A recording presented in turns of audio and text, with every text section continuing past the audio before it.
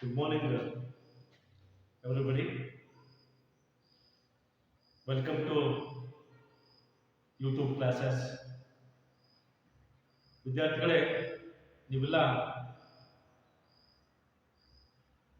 Primary ವಿಭಾಗದಲ್ಲಿ ನೀವು handball ಆಟವನ್ನು ಮತ್ತು ಹ್ಯಾಂಡ್ಬಾಲ್ ಅನ್ನು ನೀವು ನೋಡಿದಿರ ಗೊತ್ತಿಲ್ಲ. ಬಟ್ 8ನೇ ತರಗತಿಯಲ್ಲಿ ಇವತ್ತು ನಿಮಗೆ ಹ್ಯಾಂಡ್ಬಾಲ್ ಪಾಠವನ್ನು ಇಟ್ಟಿದ್ದಾರೆ. ಸೊ ಹ್ಯಾಂಡ್ಬಾಲ್ ಆಟದಲ್ಲಿ ಬರ್ತಕ್ಕಂತಹ ಕೌಶಲ್ಯಗಳನ್ನು ನೀವು ಕಲಿಬೇಕಾಗುತ್ತೆ. ಹಾಗಾಗಿ this is handball. See like this. ನೋಡಿ handball. Okay. So hand ball ಪಾಠಕ್ಕೆ ನಾವು ಹೋಗೋಕ್ಕಿಂತ ಮುಂಚೆ ಮೊದಲಿಗೆ ನಾವು ಬೇಸಿಕ್ ಅನ್ನು ತಿಳ್ಕೊಳ್ಬೇಕಾಗುತ್ತೆ. ಸೊ ಹ್ಯಾಂಡ್ ಬಾಲ್ ಅಲ್ಲಿ ಎಷ್ಟು ಜನ ಆಟ ಆಡ್ತಾರೆ, hand ball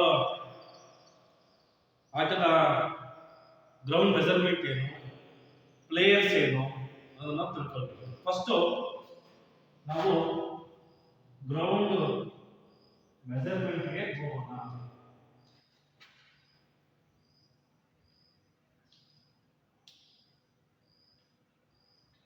ground measurement. So ground measurement ಬಂದ್ಬಿಟ್ಟು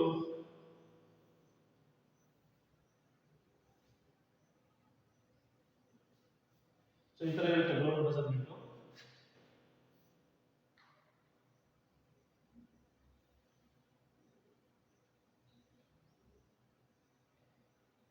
ಸೆಂಟ್ರಲ್ ಲೈನ್ ಬರುತ್ತೆ,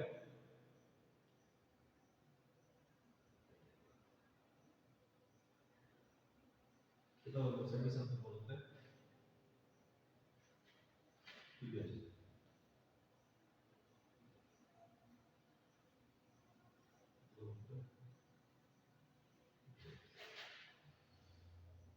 ಓಕೆ. ಸೊ ಇಲ್ಲಿ 1 2 3 4 5 6 ಇದೆ. 1 2 3 4 5 6. ಸೊ ಇವೆಲ್ಲ ಯಾವ ಪ್ಲೇಯರ್ಸ್ ಅಂತ ತಿಳ್ಕೊಬೇಕು ಅಂತಂದ್ರೆ ಡಿಫೆನ್ಸ್ ಪ್ಲೇಯರ್ಸ್ ಅಂತ ಕರೀತೀವಿ. Defence players. ಸೊ ಇವರಿಗೆ ನಾವು ಅಟ್ಯಾಕ್ ಪ್ಲೇಯರ್ಸ್ ಅಂತ ನಾವು ಕರಿತೀವಿ. So totally so hand ball ground measurement ಬಂದ್ಬಿಟ್ಟು ಇಲ್ಲಿಂದ ಇಲ್ಲಿಗೆ 14 ಮೀಟರ್ಸ್ ಬರುತ್ತೆ ಮಕ್ಕಳೇ. ಸೊ ಇಲ್ಲಿಂದ 20 ಮೀಟರ್ಸ್ ಬರುತ್ತೆ. ಸೊ ಲೆಂತ್ ಬಂದ್ಬಿಟ್ಟು hand ball ground measurement length ಬಂದ್ಬಿಟ್ಟು 40 ಮೀಟರ್ಸ್, ಬ್ರೆಡ್ತ್ ಬಂದ್ಬಿಟ್ಟು 20 ಮೀಟರ್ಸ್. ಸೊ ಹಾಗಾದ್ರೆ ಇಲ್ಲಿ ಪ್ಲೇಯರ್ಸ್ ಗಳು ನಾವು ಬಂದ್ಬಿಟ್ಟಂದ್ರೆ we are seeing in hand ball totally 7 plus 5. So ನೋಡಿ 1 2 3 4 5 6 7. ಸೊ ಒಂದು ಹ್ಯಾಂಡ್ ಬಾಲ್ ಅನ್ನು ಆಟ ಆಡಬೇಕಾದ್ರೆ ಸೊ 7 ಜನ ಬೇಕಾಗುತ್ತೆ. ಓಕೆ, 7 ಜನ ಒಳಗಡೆ ಆಟ ಆಡ್ತಾರೆ. ಇವರೆಲ್ಲ ನಾವೇನು ಕರಿತೀವಿ ಡಿಫೆನ್ಸ್ ಪ್ಲೇಯರ್ಸ್ ಅಂತ ಕರಿತೀವಿ. ಅವ್ರ ಹತ್ರ ಬಾಲ್ ಇರಲ್ಲ, ಅವರೆಲ್ಲ ಯಾರು ಅಪೋನೆಂಟ್ ಪ್ಲೇಯರ್ಸ್ ಬರ್ತಾ ಇರ್ತಾರೆ ಅವನ್ನ ಅವರು ಗೋಲ್ ಹೊಡೆಯಲಿಕ್ಕೆ ತಡೀತಾ ಇರ್ತಾರೆ. ಅವರಿಗೆ ಡಿಫೆನ್ಸ್ ಪ್ಲೇಯರ್ಸ್ ಅಂತ ಕರಿತೀವಿ. ಇಲ್ಲಿ ಏನಿದಾರಲ್ವಾ ಇವ್ರ ಹತ್ರ ಬಾಲ್ ಇರುತ್ತೆ ಅಂತ ತಿಳ್ಕೊಳ್ಳಿ.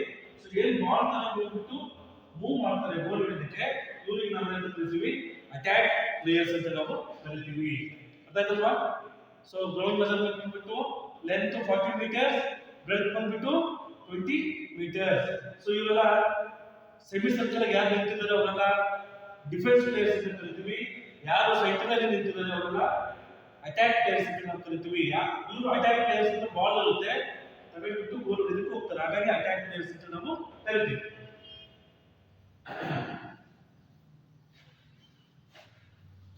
ಸೊ ಹಾಗಾದ್ರೆ ಹ್ಯಾಂಡ್ ಬಾಲ್ ಗ್ರೌಂಡ್ ಮೆಜರ್ಮೆಂಟ್ ಗೊತ್ತಾಯ್ತು. So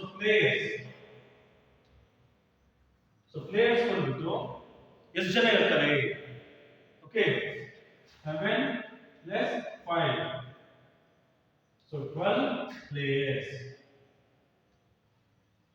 So totally we are seeing in handball 12 players. Okay, so 12 players ಅಲ್ಲಿ 7 members ಒಳಗಡೆ ಆಟ ಆಡ್ತಾ ಇರ್ತಾರೆ. ಈಗ ಏನು 5 members ಇರಲ್ಲ, ಇವರು ಸಬ್ಸ್ಟಿಟ್ಯೂಟ್ ಸಬ್ಸ್ಟಿಟ್ಯೂಟ್ ಪ್ಲೇಯರ್ಸ್ ಅಂತ ನಾವು ಕರಿತೀವಿ. ಸಬ್ಸ್ಟಿಟ್ಯೂಟ್ ಪ್ಲೇಯರ್ಸ್ ಅಂತ ಕರಿತೀವಿ. ಸೊ ಇವರಿಗೆ ಪ್ಲೇಯರ್ಸ್ ಅಂತ ಕರಿತೀವಿ, ಪ್ಲೇಯರ್ಸ್ ಅಂತ ನಾವು ಕರಿತೀವಿ. Okay, understood? ಅರ್ಥ ಆಯ್ತಲ್ವಾ?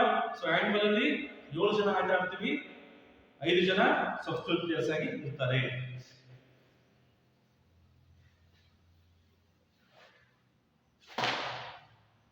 ಸೊ ಇದಿಷ್ಟು ನಾವು ಹ್ಯಾಂಡ್ಬಾಲ್ ಆಟದಲ್ಲಿ ಬಳಸ್ತಕ್ಕಂತಹ ಆಟ ಆಡ್ತಕ್ಕಂತಹ ಪ್ಲೇಯರ್ಸ್ ಬಗ್ಗೆ ನಾವು ಗೊತ್ತಾಯ್ತು, ಮತ್ತು ಅಂಕಗಳಲ್ಲಿ ಮೆಜರ್ಮೆಂಟ್ ಯಾವ ತರ ಇರುತ್ತೆ ಅಂತ ಗೊತ್ತಾಯ್ತು.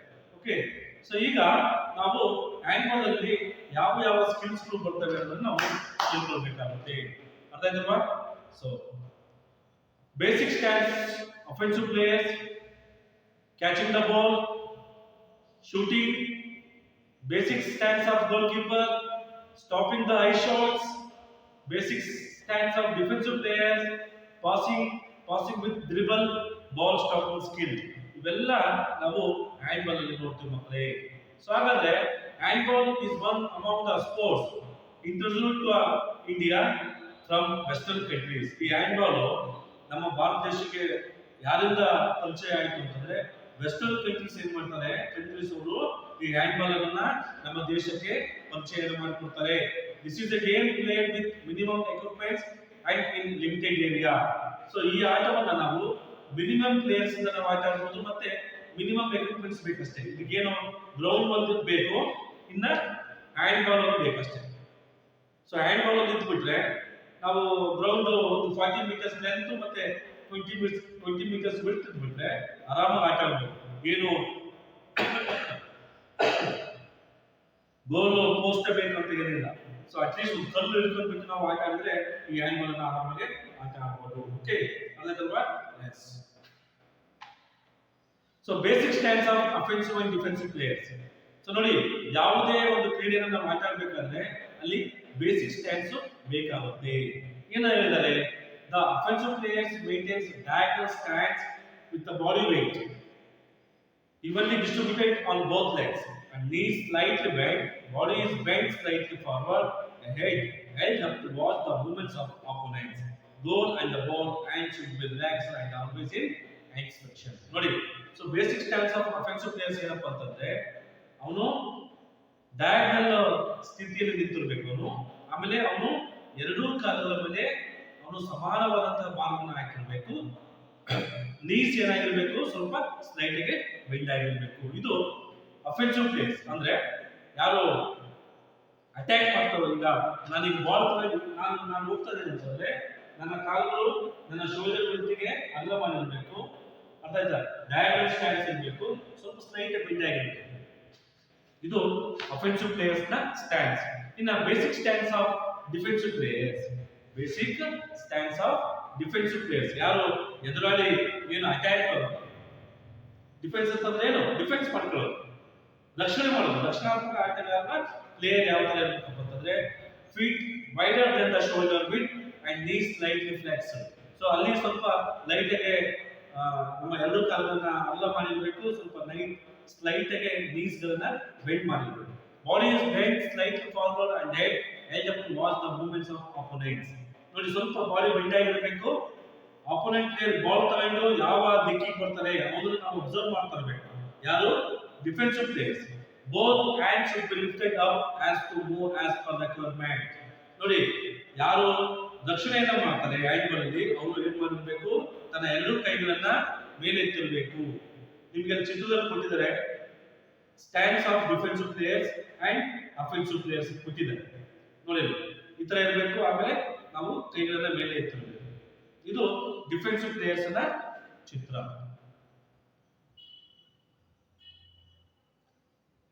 Catching the ball. Catching the ball is one of the important skill in handball. Ball has to be caught with one or two hand as per the situation. ನೋಡಿ, ನಾವು ಬಾಲ್ ಅನ್ನು ನಾವು ಕ್ಯಾಚ್ ಮಾಡಬೇಕಾದ್ರೆ ಎರಡು ಕೈಗಳಿಂದ ನಾವು ಕ್ಯಾಚ್ ಮಾಡಬೇಕು. Catch ಮಾಡಿಬಿಟ್ಟು ನಾವು ಏನು ಮಾಡಬೇಕು, ಡ್ರಿಬ್ಲಿಂಗ್ ಮಾಡ್ಕೊಂತ ಗೋಲಿಗೆ ತಗೊಂಡು ಹೋಗಬೇಕು. ನೋಡಿ, ಕೊಟ್ಟಿದ್ದಾರೆ ನೋಡಿ ಚಿತ್ರದಲ್ಲಿ. Okay, so next passing. Accurate passes are essential to maintain the speed and continue. So so ಇವಾಗ ನಾವು ಪಾಸಿಂಗ್ ಬಗ್ಗೆ ತಿಳ್ಕೊಳ್ಳೋಣ.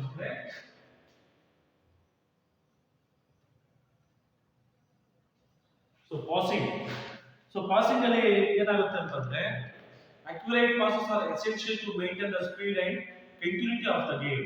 ಸೊ ಪಾಸಿಂಗ್ ಅಂದ್ರೆ ಏನು? ಪಾಸ್ ಅಂದ್ರೆ ಏನು ಅಂದ್ರೆ ನಮ್ಮ ತಂಡದಲ್ಲಿ ಇರ್ತಕ್ಕಂಥ ನಮ್ಮ ಆಟಗಾರರಿಗೆ ನಾವು ಕ್ಲಿಯರ್ ಆಗಿ ನಾವು ಪಾಸ್ ಕೊಟ್ಟಾಗೆ ಅವ್ರು ಎಲ್ಲಿರ್ತಾರೋ ಅಲ್ಲಿ ನಾವು ಪಾಸ್ ಕೊಟ್ರೆ that is called passing. Okay, ಅರ್ಥ? Such passes put pressure on opponent and create opportunity to score a goal. So ನಾವು ಪಾಸ್ ಮಾಡಬೇಕಾದ್ರೆ ಎದುರಾಳಿ ತಂಡದ ಆಟಗಾರರನ್ನ ವಂಚನೆನ ಮಾಡಿಬಿಟ್ಟು ನಾವು ನಮ್ಮ ಪಾಸ್ ಅನ್ನ ಕೊಡಬೇಕು. ಅದರಲ್ಲಿ ಯಾವ ಪಾಸ್ ಇರಬೇಕು ಅಂತಂದ್ರೆ over arm pass.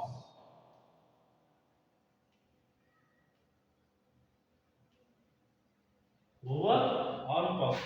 Hold the ball firmly in the throwing hand in a diagonal stance. Body weight should be on rear leg and left shoulder. Pointed towards target, throwing arm should be bent up to 90 degrees. At the elbow, the lifted the flash backward. Body weight has to be shifted from rear to front leg when passing. At this time, the body has to be returned towards the direction of passes. The ball has to be passed by swinging the arm with the help of elbow. ನೋಡಿ, so first ಸ್ಥಿತಿ ಯಾವ ತರ ಇದೆ? So ball ಅನ್ನು ಹಿಡ್ಕೊಂಡಿದ್ದಾನೆ, ಒಂದು ಕಾಲನ್ನ ಮುಂದೆ ಹಾಕಿದ್ದಾನೆ. ಸೊ ಏನ್ ಮಾಡ್ತಾನೆ ಅವನು? ಬಾಲ್ ಅನ್ನು ತಲೆ ಇಟ್ಬಿಟ್ಟು ಈ ತರ ಪಾಸ್ ಅನ್ನ ಹಾಕ್ತಾ ಇದ್ದಾನೆ. ನೋಡಿ, ಸೊ ಜಸ್ಟ್ ಎತ್ತಿರ್ತಾನೆ ಕೈನ. ಸೊ ಒಂದು ಕಾಲನ್ನ ಮುಂದೆ ಇಟ್ಟಿದ್ದಾನೆ, ಸೊ ಕೈಯನ್ನು ಮುಂದೆ ಇಟ್ಟಿದ್ದಾನೆ. ಏನ್ ಮಾಡ್ತಾನೆ ಅವನು? ಈ ತರ ಪಾಸ್ ಅನ್ನ ಹಾಕಿದ್ದಾನೆ.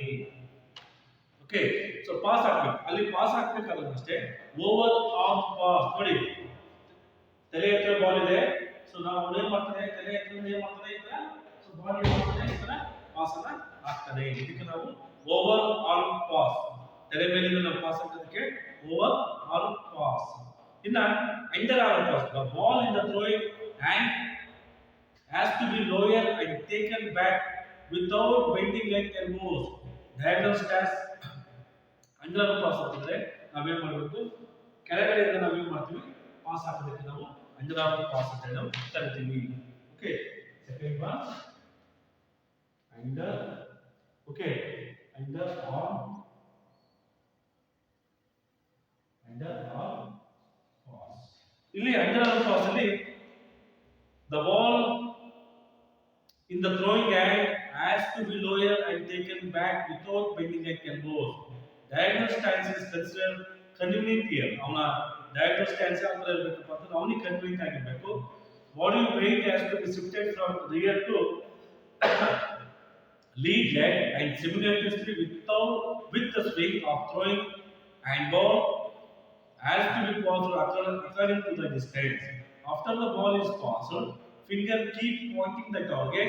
Rear leg has to be brought forward in order to retain balance. ನೋಡಿ, ಅಂಡರ್ ಆರ್ಮ್ ಪಾಸ್ ಅಂತಂದ್ರೆ ಸೊ ಅವನು ಪಾಸ್ ಎಂದಿರ್ತಾನೆ. ನಾವು ಪಾಸ್ ಹಾಕಬೇಕಾದ್ರೆ ನನ್ನ ಫಿಂಗರ್ಸ್ ಏನಾಗಿರ್ಬೇಕು? ಟಾರ್ಗೆಟ್ ಗೆ ಹೋಗಿರ್ಬೇಕು. ನಾನು ಎಲ್ಲಿ ಹಾಕ್ತಾ ಇದ್ದೀನಿ ಆ ಕಡೆ ನಮ್ಮ ಫಿಂಗರ್ ಏನ್ ಮಾಡಬೇಕು? ದೃಷ್ಟಿಯನ್ನ ಮಾಡಬೇಕು. ಇನ್ನ ಸೊ ಮೂರನೇದು chest pass. CHESTPASS. Chest pass. The ball has to be held with both hands near the chest. ನೋಡಿ, ಚೆಸ್ಟ್ ಪಾಸ್ ಅಂತಂದ್ರೆ ಈಗ ಅನ್ಬೋದು ನೋಡಿ. ಸೊ ಇದು this is called chest pass. ನೋಡಿ, ಎಲ್ಲಿ ನಮ್ಮ ಎದೆ ಹತ್ರ ಬರುತ್ತಲ್ವಾ ಅದಕ್ಕೆ ನಾವು ಏನಂತ ಕರಿತೀವಿ? ಚೆಸ್ಟ್ ಪಾಸ್ ಅಂತ ಕರಿತೀವಿ. The ball has to be held with both hands near the chest. ನಮ್ಮ ಅಪೋನೆಂಟ್, ನಮ್ಮ ತಂಡದ ಆಟಗಾರರು ನಮಗೆ ಹಾಕಿದಂತ ಬಾಲ್ ಅನ್ನ ಪಾಸ್ ಅನ್ನು ನಾವು ಏನ್ ಮಾಡಬೇಕು? ಚೆಸ್ಟ್ ಹತ್ರ ಬಂದು ಏನು ಹಿಡಿತೀವಲ್ವಾ that is called chest pass. The ball has to be thrown to the target by shifting body weight from near leg to lead leg. After the release of the ball, the fingers should be pointing the target. Near leg should be brought one step forward in order to retain balance.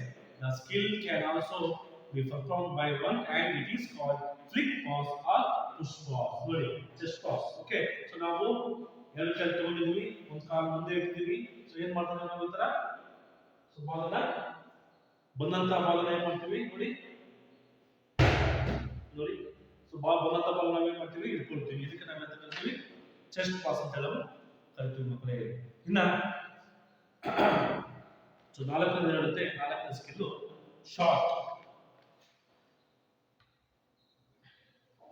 Passing ಬಗ್ಗೆ ಗೊತ್ತಾಯ್ತಲ್ವಾ ಇನ್ನ short ಯಾವ ತರ short ನಾಲ್ಕನೇದು short okay ಅದನ್ನ ಇನ್ನೊಂದು ರೀತಿ ಹೇಳ್ಬೋದು shooting shoot ಮಾಡೋಕೆ ಹೇಳ್ತೀವಿ hand ball so hand ball ಅಲ್ಲಿ ಶೂಟ್ ಮಾಡೋದಕ್ಕೆ ನಾವು ಏನು ಕರಿತೀವಿ ಗೋಲ್ ಮಾಡೋದಕ್ಕೆ ಶೂಟ್ ಮಾಡೋದಕ್ಕೆ ಹೇಳ್ತೀವಿ ಅದಕ್ಕೆ ಶೂಟಿಂಗ್ ಅಂತ ಕರಿತೀವಿ ಅದೇ ಬಾಸ್ಕೆಟ್ ಬಾಲ್ ಅಲ್ಲಿ ಬಾಸ್ಕೆಟ್ ಗೆ ಹಾಕು ಅಂತ ಹೇಳ್ತೀವಿ ಓಕೆ ಅದಕ್ಕ scoring points through shooting is the main objective in the game of handball so ಈ handball ಅಲ್ಲಿ ಶೂಟಿಂಗ್ ನಾವೇನ್ ಮಾಡ್ತೀವಲ್ಲ ಶೂಟ್ ಮಾಡ್ತೀವಲ್ಲ ಅದೇ ಮೇನ್ ಆಬ್ಜೆಕ್ಟಿವ್ ನಾವು ಅಂಕಗಳನ್ನ ಪಾಯಿಂಟ್ ಅನ್ನು ಗಳಿಸಬೇಕಾದ್ರೆ ಬಾಸ್ಕೆಟ್ ಬಾಲ್ ಏನ್ ಮಾಡ್ತೀವಿ ಬಾಲ್ ಅನ್ನು ಹೋಗ್ಬಿಟ್ಟು ಆ ಬ್ಯಾಟ್ ಬಾಲ್ ಇರುತ್ತಲ್ವಾ ರಿಂಗ್ ಇರುತ್ತಲ್ವಾ ಅದಕ್ಕೆ ಹಾಕ್ತೀವಿ ಬಟ್ ಇಲ್ಲಿ ಹ್ಯಾಂಡ್ ಬಾಲ್ ಅಲ್ಲಿ scoring points through shooting is the main objective ಅಂದ್ರೆ ಬಾಸ್ಕೆಟ್ ಬಾಲ್ ಇಂದ ಯಾರು ಗೋಲ್ ಕೀಪರ್ ಇರೋದಿಲ್ಲ ಇಲ್ಲಿ ಹ್ಯಾಂಡ್ ಬಾಲ್ ಮತ್ತೆ ಫುಟ್ಬಾಲ್ ಗೋಲ್ ಕೀಪರ್ ಇರ್ತಾರೆ ಅವ್ರನ್ನ ತಪ್ಪಿಸ್ಬಿಟ್ಟು ನಾವು ಗೋಲ್ ಹೊಡೆಯೋದಕ್ಕೆ ಅದೇ ಮೇನ್ ಆಬ್ಜೆಕ್ಟಿವ್ ಹ್ಯಾಂಡ್ ಬಾಲ್ ಅಲ್ಲಿ ಕೊಟ್ಟಿದ್ದಾರೆ scoring points for shooting is the main objective in the game of hand ball among different types of shooting straight shot and deep shot are explained as under ಯಾವ shots ಬರ್ತವೆ shooting straight ಅಂತ ಬರುತ್ತೆ straight shot ಅಂತ ಬರುತ್ತೆ drip shot ಅಂತ ಬರುತ್ತೆ ಇವೆಲ್ಲವೂ ಸಹ ಬರ್ತವೆ ಇದನ್ನ ನಾವು ನಿಮಗೆ ಎಕ್ಸ್ಪ್ಲೇನ್ ಮಾಡ್ತೀನಿ ಮಕ್ಕಳೇ ಸೊ ಶೂಟಿಂಗ್ ಅಲ್ಲಿ ಒಂದೇನು ಸ್ಟ್ರೈಟ್ ಶಾಟ್ ಅಂತ ಹೇಳ್ಬಿಟ್ಟು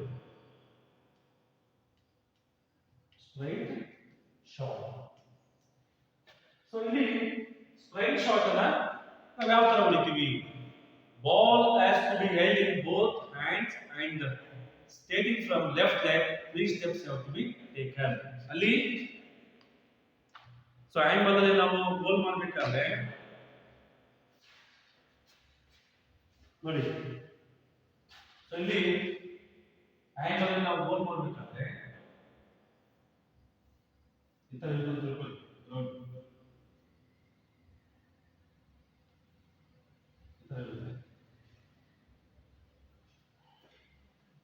ಹ್ಯಾಂಡ್ ಬಾಲ್ ನಾವು ಗೋಲ್ ಮಾಡಬೇಕಾದ್ರೆ ಯಾವುದೇ ಕಾರಣಕ್ಕೂ 6 ಮೀಟರ್ ನ ಒಳಗಡೆ ಹೋಗ್ಬಿಟ್ಟು ನಾವು ಟೇಕ್ ಆಫ್ ತಗೊಳ್ಳಬಾರದು ಸೊ 3 ಸ್ಟೆಪ್ ಟೇಕ್ ಆಫ್ ಯಾವಾಗ ಎಲ್ಲಿ ತಗೋಬೇಕು ಅಂತಂದ್ರೆ ಸೊ 9 ಮೀಟರ್ ಇಂದ 10 ಮೀಟರ್ ತಗೊಂಡ್ಬಿಟ್ಟು 6 ಮೀಟರ್ ಏನಿದೆ ಇದು this is called 6 metre this is called 9 metre curve line ಇಲ್ಲಿ ನಾವು ಹ್ಯಾಂಡ್ ಬಾಲ್ ಸ್ಟ್ರೈಟ್ ಶಾಟ್ ಮಾಡಬೇಕಾದ್ರೆ ball has to be held in both hands and stating from left leg 3 steps have to be taken so ಇಲ್ಲಿ ನಾವು ಏನು ಮಾಡಬೇಕು 1 2 3 ಈ ತರ ನಾವು 1 2 3 ಸೊ 3 ಸ್ಟೆಪ್ ಅನ್ನು ತಗೊಂಡ್ಬಿಟ್ಟು ನಾವು ಶೂಟ್ ಮಾಡೋದಕ್ಕೆ ಹೋಗಬೇಕು the ball has to be lifted up with the right hand during the placement of the step right forehand should be perpendicular to the ground and the left shoulder should be pointing the target the ball has to be released by turning the body through the tip of middle finger ನೋಡಿ ಕೊಟ್ಟಿದ್ದಾರೆ ನೋಡಿ straight smash ನೋಡಿ ಚಿತ್ರದಿಂದ ನೋಡಿ ball ತಗೊಳ್ತಿದ್ದಾರೆ so ಕಾಲನ್ನು rice ಮಾಡಿದ್ದಾರೆ ಮತ್ತೆ ಮುಂದೆ ಹೋಗಿದ್ದಾರೆ ಈ ತರ ಸೊ ಇದು ಓಕೆ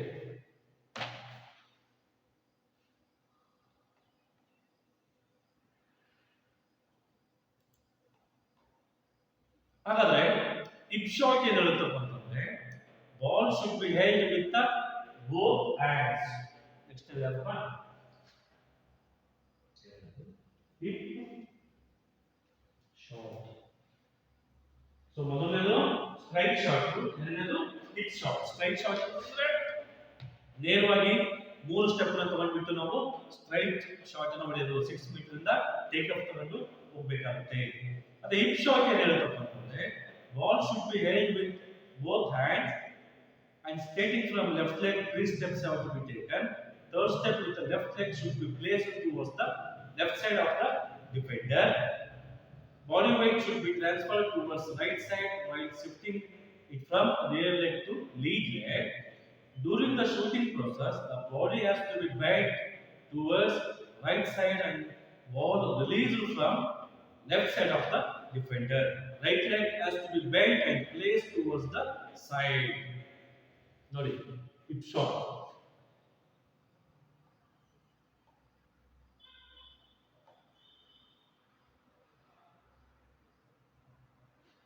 ಹಿಪ್ ಶಾಟ್ ಅಲ್ಲಿ ಏನಾಗುತ್ತಪ್ಪ ಅಂತಂದ್ರೆ ಸೊ ಬಾಲ್ ನಾವು ತಗೊಂಡ್ಮೇಲೆ ಸೊ ಟೇಕ್ ಆಫ್ ಅನ್ನು ತಗೊಳ್ಬೇಕು. ಸೊ ಅಲ್ಲಿ ಶಾರ್ಟ್ ಮಾಡಬೇಕಂದ್ರೆ ಸ್ಟ್ರೈಟ್ ಆಗಿ ಶಾರ್ಟ್ ಮಾಡಬಹುದು ಅಥವಾ ಕರ್ವ್ ಇಂದ ಬಂದಾಗ ನಾವು ಶಾರ್ಟ್ ಅನ್ನ ಮಾಡಬಹುದು. ಓಕೆ, ಇನ್ನ ಪಾಸಿಂಗ್ ದ ಬಾಲ್ ಡ್ರಿಬ್ಲಿಂಗ್. ಅಂದ್ರೆ ಪಾಸಿಂಗ್ ದ ಬಾಲ್ ಡ್ರಿಬ್ಲಿಂಗ್ ಇದು 5ನೇ question.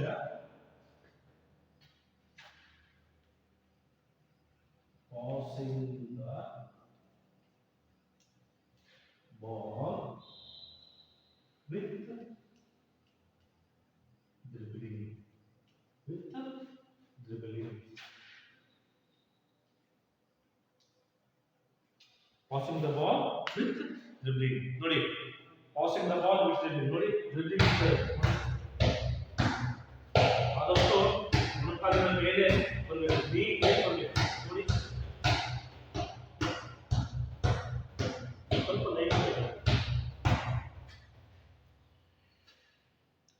While playing handball, situation may demand to pass the ball when moving with the ball. ನೋಡಿ, ನಾವು ಆಟ ಆಡಬೇಕಾದ್ರೆ ಪಾಸ್ ಅನ್ನ ಯಾವ ಸಮಯಕ್ಕೆ ಸಿಚುಯೇಷನ್ ತಕ್ಕಂತೆ ನಾವು ಪಾಸ್ ಅನ್ನ ಮಾಡಬೇಕು. ಅದರ್ವೈಸ್ ನಾವು ಏನು ಮಾಡಬೇಕು, ಹ್ಯಾಂಡ್ಬಾಲ್ ಅಲ್ಲಿ ಡ್ರಿಬ್ಲಿಂಗ್ ಮಾಡ್ಕೊಂತ ನಾವು ಏನು ಮಾಡಬೇಕು, ಗೋಲ್ ಅನ್ನು ಹೊಡಲಿಕ್ಕೆ ಹೋಗಬೇಕು. ಇಲ್ಲಿ ಹ್ಯಾಂಡ್ಬಾಲ್ ಅಲ್ಲಿ ಒಟ್ಟು ಎಷ್ಟು ಸ್ಕಿಲ್ಸ್ ಗಳು ಇದಾವಪ್ಪ ಅಂತಂದ್ರೆ ಯಾವುದೇ ಕಾರಣಕ್ಕೂ ಹ್ಯಾಂಡ್ಬಾಲ್ ಅನ್ನ ಮುಂದೆ ಹೋಗ್ತಾರೆ ಬಾಲ್ ಹಿಡಿದ ಮೇಲೆ ಅಟ್ಲೀಸ್ಟ್ ನಾವು 3 ಸೆಕೆಂಡ್ಸ್ ಅಲ್ಲಿ ಫಸ್ಟ್ ಅಂಡ್ ಶೂಟ್ ನಾವು ಏನು ಮಾಡಬೇಕು, ನಮ್ಮ ಪ್ಲೇಯರ್ ಯಾರಿಗಾದ್ರೂ ಪಾಸ್ ಮಾಡಬೇಕು. ಒಂದ್ ವೇಳೆ ನಾವು ಬಾಲ್ ಹಿಡಿದ್ಬಿಟ್ಟು ಮತ್ತೆ ಅಗೈನ್ ಡ್ರಿಬ್ಲಿಂಗ್ ಮಾಡಿದ್ರೆ ಅದು ಸೋಲ್ ಆಗುತ್ತೆ, ತಪ್ಪಾಗುತ್ತೆ. ಓಕೆ, ಅದೇ ನೀನು ಡ್ರಿಬ್ಲಿಂಗ್ ಮಾಡ್ಕೊಳ್ತಾ ಸ್ಟಾರ್ಟಿಂಗ್ ಇಂದ ನಿನ್ನ ಗೋಲ್ ಪೋಸ್ಟ್ ಹೋಗೋ ತನಕ ನೀನು ಡ್ರಿಬ್ಲಿಂಗ್ ಮಾಡ್ಬೋದು. ಬಟ್ ಒಂದು ಬಾರಿ ನೀನು ಡ್ರಿಬ್ಲಿಂಗ್ ಮಾಡಿ ಅಗೇನ್ ಬಾಲ್ ಹಿಡಿದ್ಮೇಲೆ 3 ಸೆಕೆಂಡ್ಸ್ ಒಳಗಡೆ ನಾವು ಮಸ್ಟ್ ಅಂಡ್ ಶೂಟ್ ನಾವು ನಮ್ಮ ಪ್ಲೇಯರ್ಗೆ ಪಾಸ್ ಕೊಡಬೇಕು. ಇದಕ್ಕೆ ನಾವು ಏನಂತ ಕರಿತೀವಿ, ಡ್ರಿಬ್ಲಿಂಗ್ ಮತ್ತು ಪಾಸಿಂಗ್ ಅಂತ ಕರಿತೀವಿ. While playing handball, situation may demand to pass the ball when moving with the ball. At this time, the person dribbling the ball should observe the receiver. ನೋಡಿ, ಡ್ರಿಬ್ಲಿಂಗ್ ಮಾಡಬೇಕಾದ್ರೆ ಅಲ್ಲಿ ಅಪೋನೆಂಟ್ ಪ್ಲೇಯರ್ ಅವನ observe ಮಾಡ್ತಾ ಇರಬೇಕು ನಾವು. Okay, ಅವನನ್ನ ತಪ್ಪಿಸ್ಬಿಟ್ಟು ನಾವೇನ್ ಮಾಡಬೇಕು, ಡ್ರಿಬ್ಲಿಂಗ್ ಮಾಡ್ಕೊಂತ ಮುಂದೆ ಹೋಗಬೇಕು. Instead of stopping with the ball, the person possessing the ball should pass the ball appropriately. ಅಲ್ಲೇ ಹೇಳಿದ್ರು ನೋಡಿ, ನಾನು ಡ್ರಿಬ್ಲಿಂಗ್ ಮಾಡ್ಕೊಂಡು ಹೋದ್ಮೇಲೆ ನಾನು ಬಾಲ್ ಹಿಡಿದ್ಮೇಲೆ ಮಸ್ಟ್ ಅಂಡ್ ಶೂಟ್ ನಾನು ಏನ್ ಮಾಡಬೇಕು, ಅಪ್ರಾಪ್ರಿಯೇಟ್ಲಿ ನಾನು ನಮ್ಮ ಪ್ಲೇಯರ್ಗೆ ನಾನು ಏನ್ ಮಾಡಬೇಕು, ಪಾಸ್ ಅನ್ನ ಕೊಡಬೇಕು. ಓಕೆ, ಇದಿಷ್ಟು passing the ball with dribbling. Okay.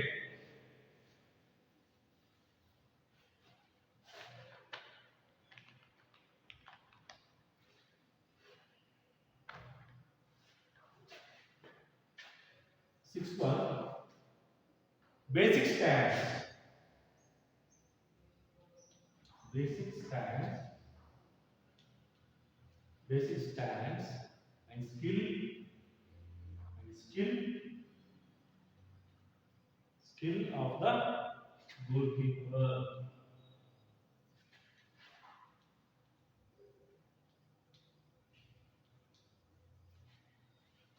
Basic stance and skill of the goalkeeper.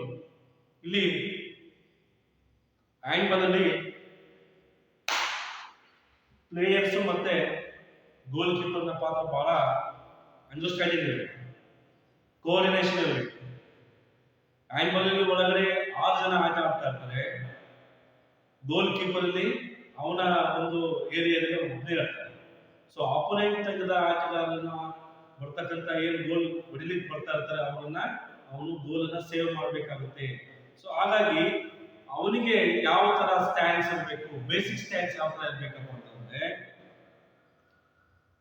Goal keeper should stand straight with the feet shoulder width apart and knees slightly both legs slightly flexed. ನೋಡಿ ಅಲ್ಲಿ first post ಯಾವ ತರ ಇದೆ ನೋಡಿ ಈ ತರ ಇದೆ.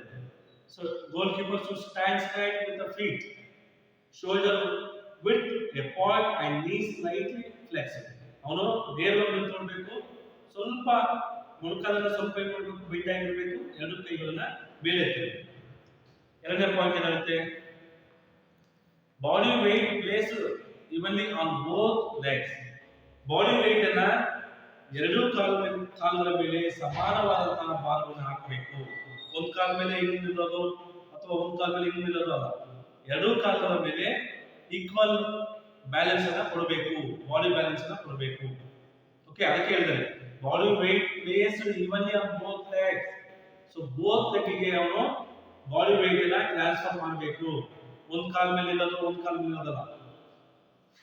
So third one point ಏನು ಹೇಳುತ್ತೆ, both hands lifted up to shoulder height. ನಮ್ಮ ಶೋಲ್ಡರ್ ಇದೆಯಲ್ವಾ, ಆ ಶೋಲ್ಡರ್ ತನಕ ನಾವೇನ್ ಮಾಡಬೇಕು, ಗೋಲ್ ಕೀಪರು ಎರಡೂ ಕೈಗಳನ್ನ ಮೇಲೆ ಎತ್ತಿರಬೇಕು.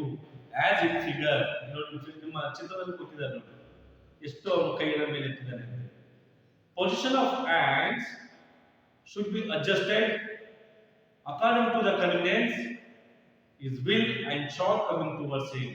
ಅಲ್ಲಿ ಪೊಸಿಷನ್ ಅಲ್ಲಿ ಈ ತರ ನಿಂತಿರ್ತಾನೆ ಅಷ್ಟೇ ಅವನು, ಬಟ್ ಅಕಾರ್ಡಿಂಗ್ ಟು ಅವನ ಅಡ್ಜಸ್ಟ್ಮೆಂಟ್ ಮಾಡ್ಕೊಳ್ಬೇಕು. ಬಾಲ್ ಎಲ್ಲಿ ಬರ್ತಾ ಇದೆ, ಕೆಳಗಡೆ ಬರ್ತಾ ಇದೆನಾ, ಕೆಳಗಡೆ ಬಂದು ಕೈ ಇಟ್ಕೊಳ್ಬೇಕು, ಕಾಲಲ್ಲಿ ಕೊಡಬೇಕು, ಕೈ ಮೇಲೆ ಎತ್ತಬೇಕು. ಅದಕ್ಕೆ ಹೇಳಿದ್ದಾರೆ hand should be adjusted according to the convenience. ತನ್ನ ಕೈ ಅಲ್ಲಿ ಗೋಲ್ ಕೀಪರು ಆಟವನ್ನು ಆಡಬೇಕಾದ್ರೆ ತನ್ನ ಕೈಗಳನ್ನ ಅವನ ಅಡ್ಜಸ್ಟ್ಮೆಂಟ್ ಅವನು ಅಡ್ಜಸ್ಟ್ ಮಾಡ್ಕೊಳ್ಬೇಕು, ಅವನ ಕನ್ವಿನ್ಸಿಂಗ್ ಯಾವ ತರ ಆಗುತ್ತೆ ಅಂತ ಅಡ್ಜಸ್ಟ್ ಮಾಡ್ಕೊಳ್ಬೇಕು. As well and the shot coming towards him. ಏನು ಅಪೋನೆಂಟ್ ತಂಡದವರು ಬಂದ್ಬಿಟ್ಟು ಗೋಲ್ ಹೊಡಿಲಿಕ್ಕೆ ಬರ್ತಾರಲ್ವಾ, ಅಂತ ಸಮಯದಲ್ಲಿ ಅದು ಬಾಲ್ ಎಲ್ಲ ಹೋಗ್ತಾ ಇದೆ, ಅವನ ಕನ್ವಿನ್ಸಿಗೆ ಕೈಗಳನ್ನ ಅವನು ಅಡ್ಜಸ್ಟ್ ಮಾಡ್ಕೊಳ್ಬಹುದು ಅಂತ ಹೇಳುತ್ತೆ. In order to move laterally, you should take a convenient position by taking one step forward from the middle of the goal. So ಇಲ್ಲಿ ಗೋಲ್ ಏನು ಪೋಸ್ಟ್ ಇರುತ್ತಲ್ವಾ, ಒಂದು ಸ್ಟೆಪ್ ಮುಂದೆ ಇರಬೇಕು, ಒಂದು ಸ್ಟೆಪ್ ಮುಂದೆ ಬಂದ್ಬಿಟ್ಟು ಅವನು ಗೋಲ್ ಅನ್ನ ಸೇವ್ ಮಾಡೋದಕ್ಕೆ ಅವನು ಪ್ರಯತ್ನ ಮಾಡಬೇಕು. By taking one step forward from the middle of the goal line. ಎಲ್ಲಿ ಗೋಲ್ ಪೋಸ್ಟ್ ಎಲ್ಲಿರುತ್ತಲ್ವಾ, ಆ ಗೋಲ್ ಪೋಸ್ಟ್ ಇದೆ. ಫಾರ್ ಎಕ್ಸಾಂಪಲ್ ನೋಡಿ, ನಾನು ಇಲ್ಲೊಂದು ಲೈನ್ ಹಾಕಿದ್ದೀನಿ, ಇಲ್ಲೊಂದು ಲೈನ್ ಹಾಕಿದ್ದೀನಲ್ವಾ. ಸೊ ಇಲ್ಲಿ ಈ ಲೈನು ಮತ್ತೆ ಈ ಲೈನು ಮಧ್ಯದಲ್ಲಿ ನಾವು ಇಟ್ಕೋಬೇಕು. ಸೊ ನೋಡಿ, ಮಧ್ಯದಲ್ಲಿ ಇಟ್ಕೋಬೇಕು, ಎರಡು ಕಾಲನ್ನ ಚಾಚಬೇಕು, ಈ ತರ ಕೈಗಳನ್ನ ರೈಸ್ ಅಪ್ ಮಾಡ್ಕೋಬೇಕು. ಅಲ್ಲಿ ಅಷ್ಟೇ, ಅಲ್ಲಿ ಗೋಲ್ ಕೀಪರು ಅವನ ಸ್ಟ್ಯಾಂಡ್ಸ್ ಯಾವ ತರ ಇರಬೇಕಪ್ಪ ಅಂತಂದ್ರೆ ಗೋಲ್ ಪೋಸ್ಟಿನ ಮಧ್ಯ ಭಾಗದಲ್ಲಿ ಅವನು ನಿಂತ್ಕೊಳ್ಬೇಕು, ಹಿಂದಿರೋದು ಅಥವಾ ಈ ಕಡೆ ಭಾಗದಲ್ಲಿ ನಿಲ್ಲೋದಲ್ಲ.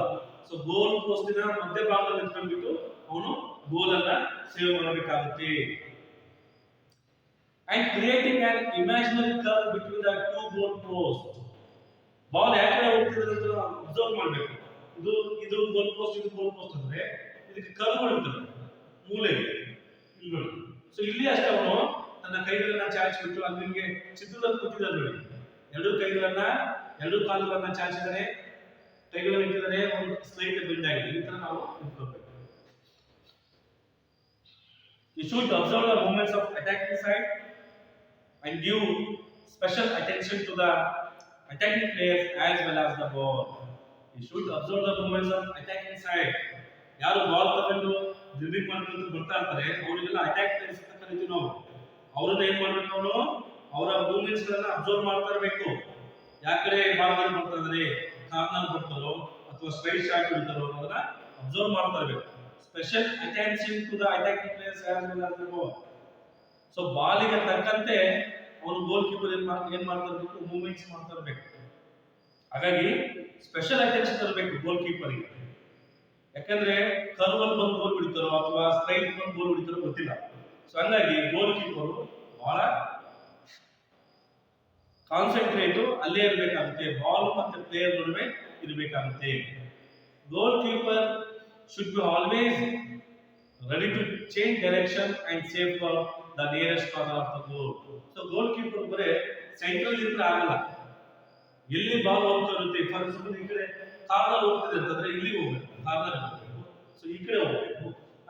ಈ ತರ ಎಲ್ಲಿ ಬಾಲ್ ಬರ್ತಾ ಇರುತ್ತೆ ಅಲ್ಲಿ ಬಾಲ್ಗೆ ತಕ್ಕಂತೆ ಪೊಸಿಷನ್ ತಕ್ಕಂತೆ ಅವನು ತನ್ನ ಸ್ಟ್ಯಾನ್ಸ್ ಅನ್ನ, ತನ್ನ ಪೊಸಿಷನ್ ಅನ್ನ, ತನ್ನ ಮೂವ್ಮೆಂಟ್ಸ್ ಅನ್ನ ಚೇಂಜ್ ಮಾಡ್ತಾ ಇರಬೇಕು. With reference to the player attacking the ball, ಅಂದ್ರೆ ಏನು ಅವನು ಅಟ್ಯಾಕ್ ಮಾಡ್ತಾ, ಏನು ಅಟ್ಯಾಕಿಂಗ್ ಪ್ಲೇಯರ್ಸ್ ಏನು ಬಂದ್ಬಿಟ್ಟು ಗೋಲ್ ಹೊಡಿತಾ ಇರ್ತಾರೆ ಅಂತ ಸಮಯದಲ್ಲಿ ಪರಿಸ್ಥಿತಿಗೆ ತಕ್ಕಂತೆ ಬಾಲ್ ಎಲ್ಲಿ ಹೋಗ್ತಾ ಇದೆ, ಸುಮ್ಮನೆ ಸೆಂಟ್ರಿಲ್ ಇರೋದಲ್ಲ, ಕಾರ್ನರ್ಗೆ ಹೋಗ್ಬೇಕಾಗುತ್ತೆ, ಈ ಕಡೆ ಕಾರ್ನರ್ ಹೋಗ್ಬೇಕಾಗುತ್ತೆ. ಈ ತರ ಬಾಲ್ ಎಲ್ಲಿರುತ್ತದೆ ಅಬ್ಸರ್ವ್ ಮಾಡ್ಕೊಳ್ತಾ ಅವನ ಕಾನ್ಸಂಟ್ರೇಷನ್ ಪ್ಲೇಯರ್ಸ್ ಮತ್ತೆ ಬಾಲಿನ ಕಡೆ ಇರಬೇಕು ಗೋಲ್ ಕೀಪರ್ಗೆ. Last year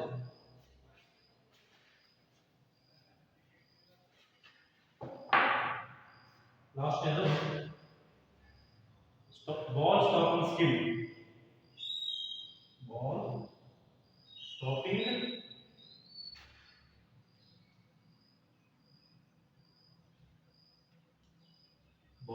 stopping skill.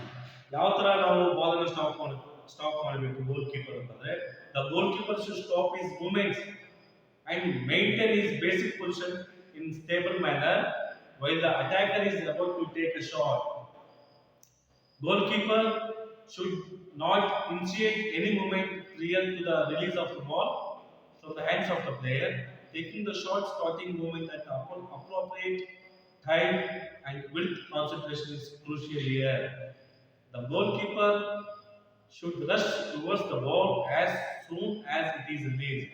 ನೋಡಿ ಅವನು ಮೂವ್ಮೆಂಟ್ಸ್ ಅನ್ನ, ಅಟ್ಯಾಕಿಂಗ್ ಪ್ಲೇಯರ್ ಮೂವ್ಮೆಂಟ್ಸ್ ಅನ್ನ ಅವನು ಅಬ್ಸರ್ವ್ ಮಾಡ್ತಿರ್ಬೇಕು. ಗೋಲ್ ಕೀಪರ್ ಎಲ್ಲಿ ಹೊಡಿತಾ ಇದ್ದಾನೆ, ಕಾರ್ನರ್ ಹೊಡಿತಾನೋ ಅಥವಾ ಸೆಂಟ್ರಿ ಹೊಡಿತಾನೋ ಅಥವಾ ಸ್ಟ್ರೈಟ್ ಸ್ಮ್ಯಾಶ್ ಮಾಡ್ತಾನೋ ಅದನ್ನ ಅಬ್ಸರ್ವ್ ಮಾಡ್ಕೊಳ್ತಾ ಅವನು ಗೋಲ್ ಪೋಸ್ಟ್ ನ ಮುಂಭಾಗಕ್ಕೆ ಅವನು ಏನ್ ಮಾಡ್ಬೇಕು, ರಶ್ ಮಾಡಬೇಕು. ಒಂದು 2-3 ಹೆಜ್ಜೆ ಬಂದು ರಶ್ ಮಾಡಿಬಿಟ್ಟು ಬಾಲ್ ನ ರಿಲೀಸ್ ಆಗೋದ್ರೊಳಗೆ ಅವನು ಬಾಲ್ ಹಿಡಿಯಲಿಕ್ಕೆ ಪ್ರಯತ್ನ ಮಾಡಬೇಕು. The nearest leg has to be placed in the direction of the ball and body weight has to be shifted. So ball ಯಾಕಡೆ ಹೋಗ್ತಾ ಇರುತ್ತೋ ಆ ಕಡೆ ಏನ್ ಮಾಡಬೇಕು, ತನ್ನ ಕಾಲನ್ನ ಚಲನೆ ಮುಖಾಂತರ ಅವನು ತನ್ನ ಬಾಡಿ ವೇಟ್ ಅನ್ನ ಟ್ರಾನ್ಸ್ಫರ್ ಮಾಡಬೇಕು. Okay, according to the situation the ball has to be stopped either with one or two hand and leg. ನೋಡಿ ಅವನು ಬಾಲ್ ಯಾಕಡೆ ಬರ್ತಾ ಇದೆ, ಇಲ್ಲಿ ಒಂದ್ ಕೈ ನಾವು ಸ್ಟಾಪ್ ಮಾಡ್ಬೋದಾ, ಒಂದ್ ಕೈ ನಾವು ಸ್ಟಾಪ್ ಮಾಡ್ಬೋದು, ಅಥವಾ ಎರಡು ಕೈ ಹಿಡಿಬೇಕಾ, ಎರಡು ಕೈ ಹಿಡಿದು ಸ್ಟಾಪ್ ಮಾಡ್ಬೋದು. ಅದನ್ನ ಚಿತ್ರದಲ್ಲಿ ಗೊತ್ತಿದೆ. ಕಾರ್ನರ್ ಸೈಡ್ಗೆ ಒಂದೇ ಕೈಯಲ್ಲಿ ಅವನು ಬಾಲ್ ಅನ್ನು ಸೇವ್ ಮಾಡಿದ್ದಾರೆ, ಇನ್ನೊಂದು ಚಿತ್ರದಲ್ಲಿ ಎರಡು ಕೈಯಲ್ಲಿ ಈ ತರ ಹಾಕಿದ್ದಾರೆ. ಓಕೆ, ಈ ತರ ಹಾಕಿದ್ದಾರೆ.